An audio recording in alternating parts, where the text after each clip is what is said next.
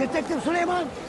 Yes. Welcome to Istanbul. Oh. Follow me, please. Sunday night saw the launch of the Turkish and English crime thriller The Turkish Detective, an 8-part series adapted from the award-winning novels by Barbara Nadel.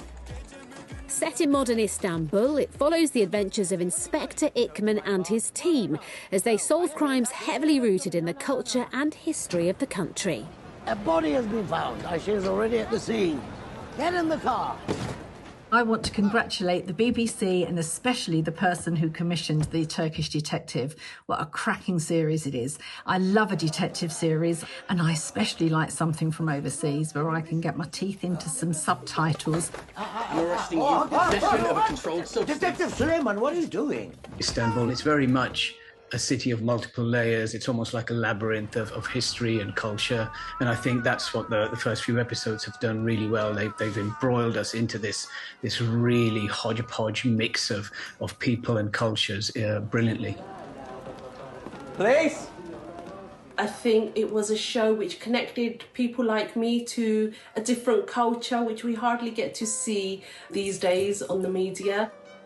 It was superbly depicted. I thought you didn't waste time. But it wasn't for some of you. About 15 minutes in, we decided that the only thing that really needed to be investigated here was where did the acting ability go? We will not be watching any more of The Turkish Detective. Have you looked at these? No, we just got those. Blackman's making a bomb. We shared a range of your comments with the creator of the original book series, Barbara Nadel.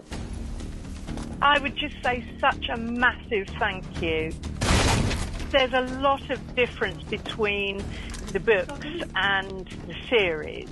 You're always a bit worried when your baby, for want of a better word, is taken away and somebody does something to it. But actually, it's been done really, really well. And I couldn't be more pleased.